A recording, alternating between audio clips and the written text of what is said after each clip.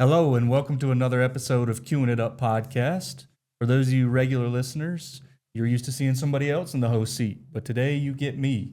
I'm Assistant City Manager Nick Geis for the City of Lexington, and today I'm joined by Water Resources Director Tom Johnson. Welcome, Tom, to another episode of Queuing It Up. Thanks, glad to be here. Today we're going to go over a little bit of information regarding our water and wastewater infrastructure and our rates to give the information to the citizens a little bit. So, Tom, why don't we start by talking about the current status of our infrastructure and the history of our water and wastewater systems? Sure. So, Lexington's utility infrastructure is in parts over 100 years old. We have a water treatment plant that is over 100 years old. Several of our water mains in the ground are over 100 years old. And then on the wastewater side, we have an aging wastewater plant that's approaching 50 years old. And of course, wastewater collection pipes in the same condition. So the staff here has done an incredible job of maintaining what we have and keeping it running every day.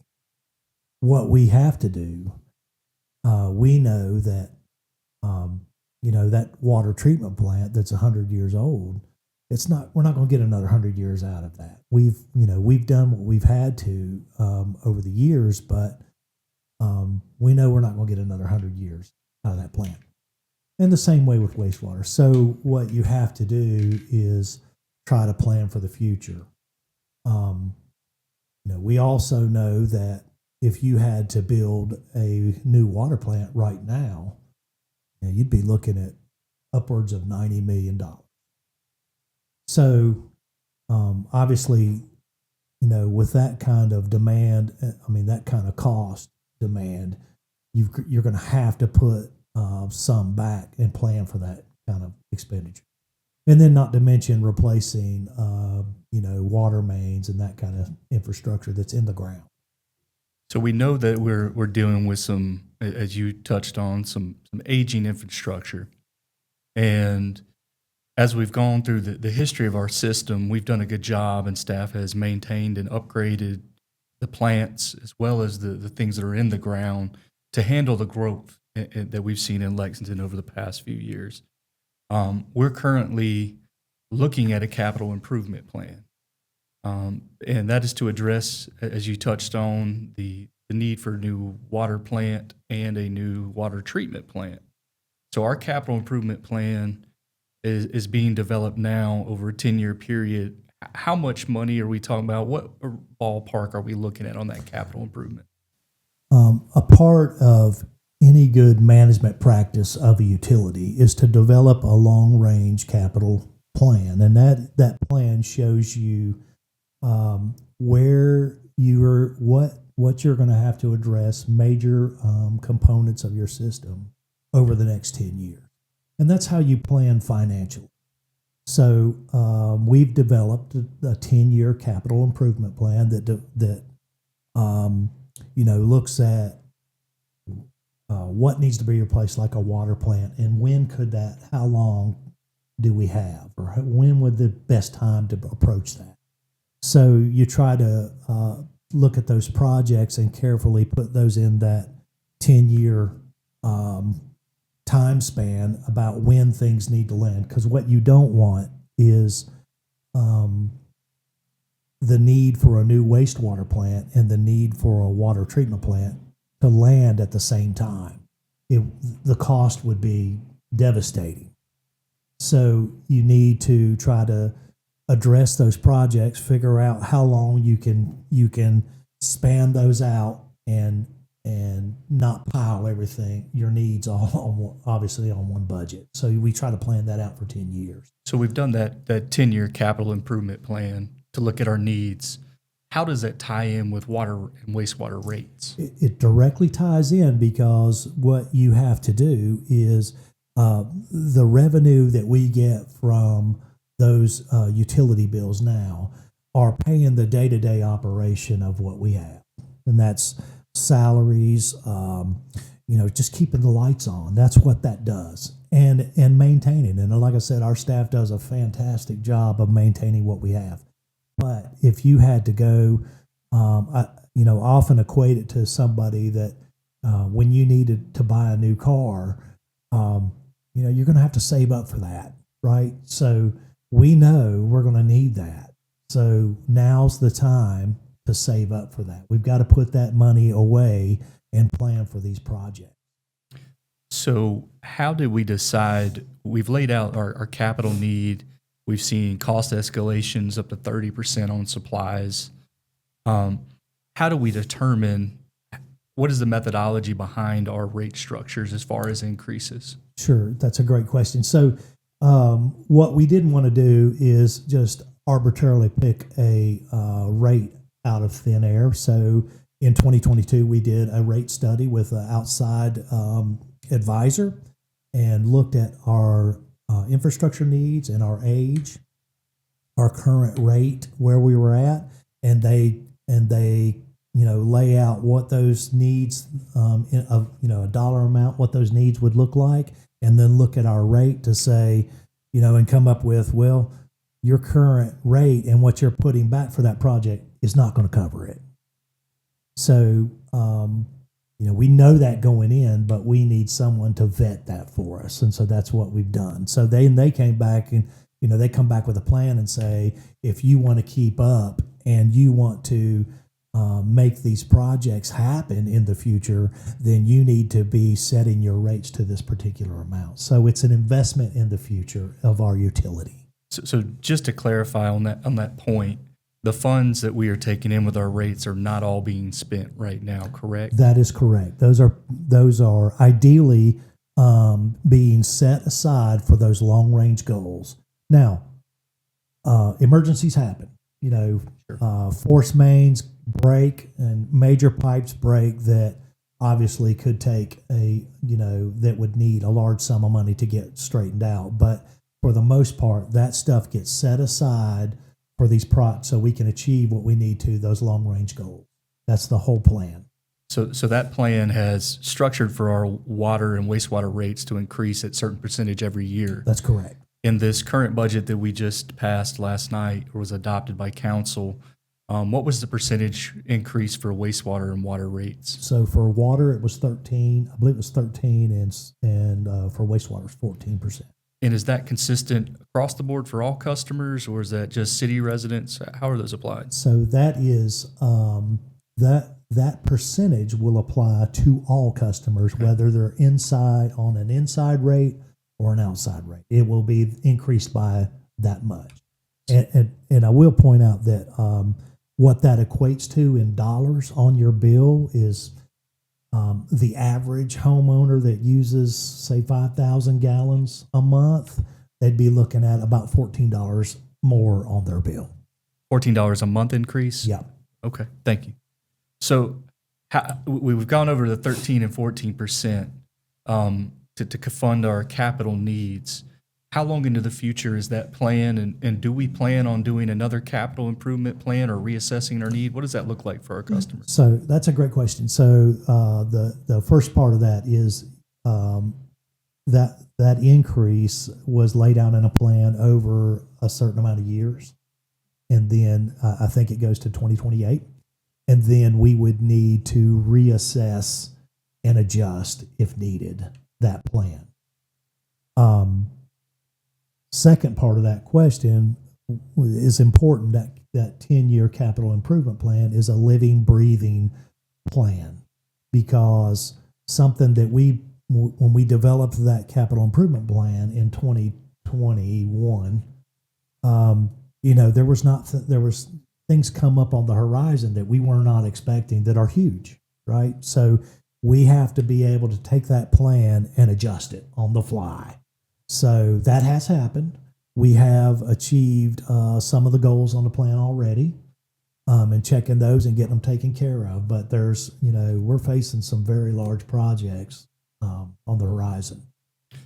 So as it relates to our rates and to our capital needs, give us a little information for the citizens on why it's important to do this. If what would happen if we did not do this with our rates and our system? So, yeah, I touched on that a second ago.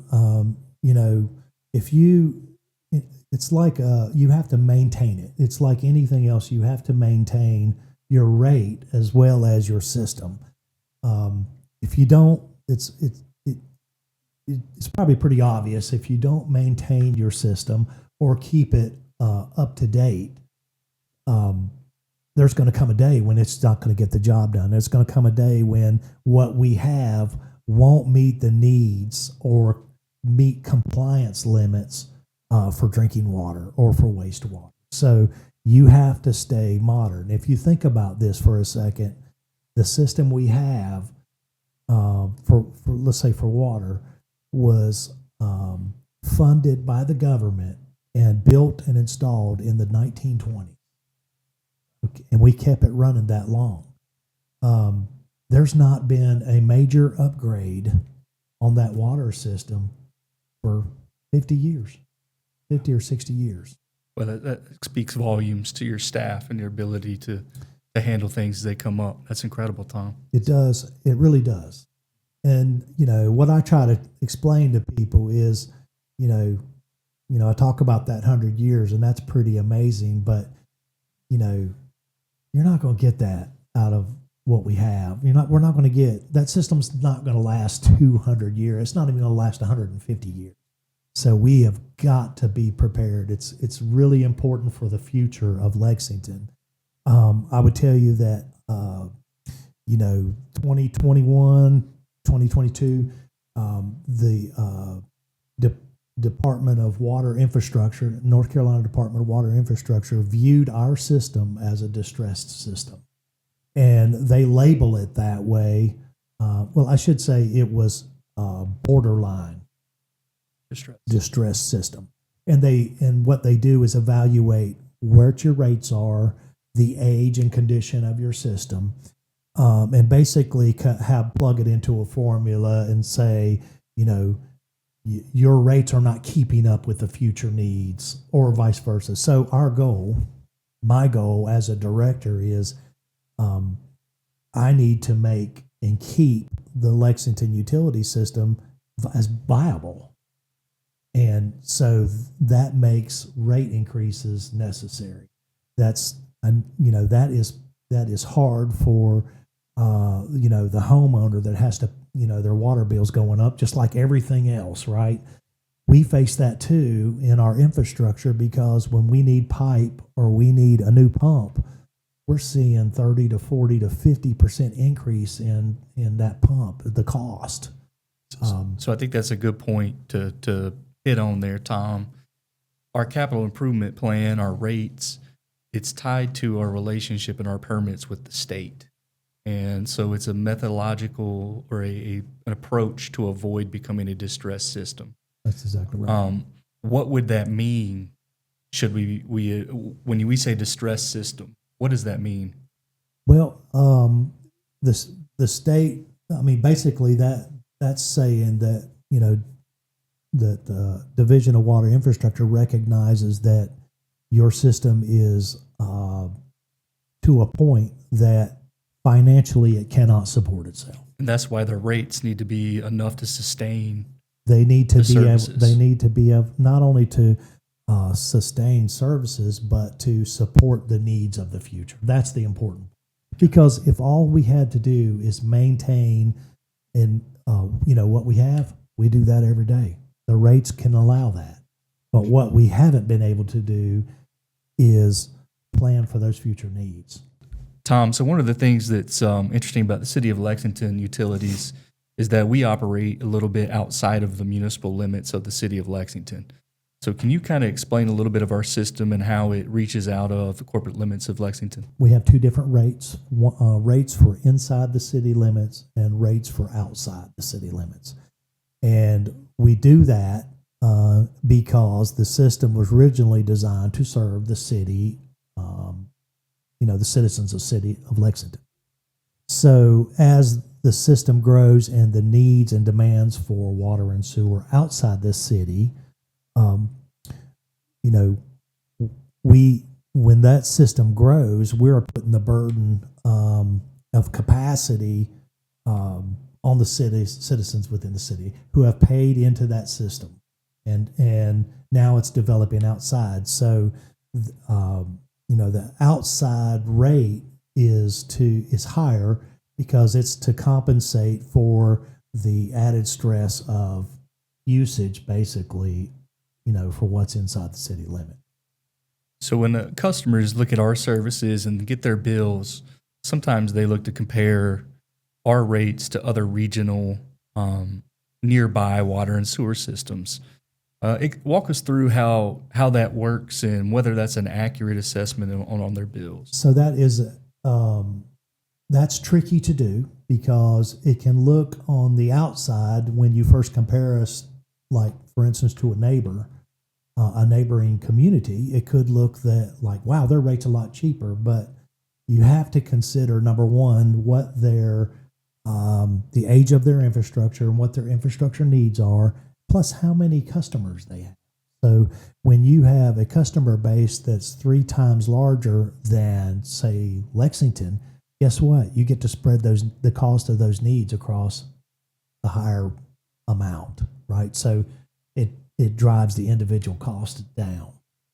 We've talked about the capital needs, raising our rates to afford that.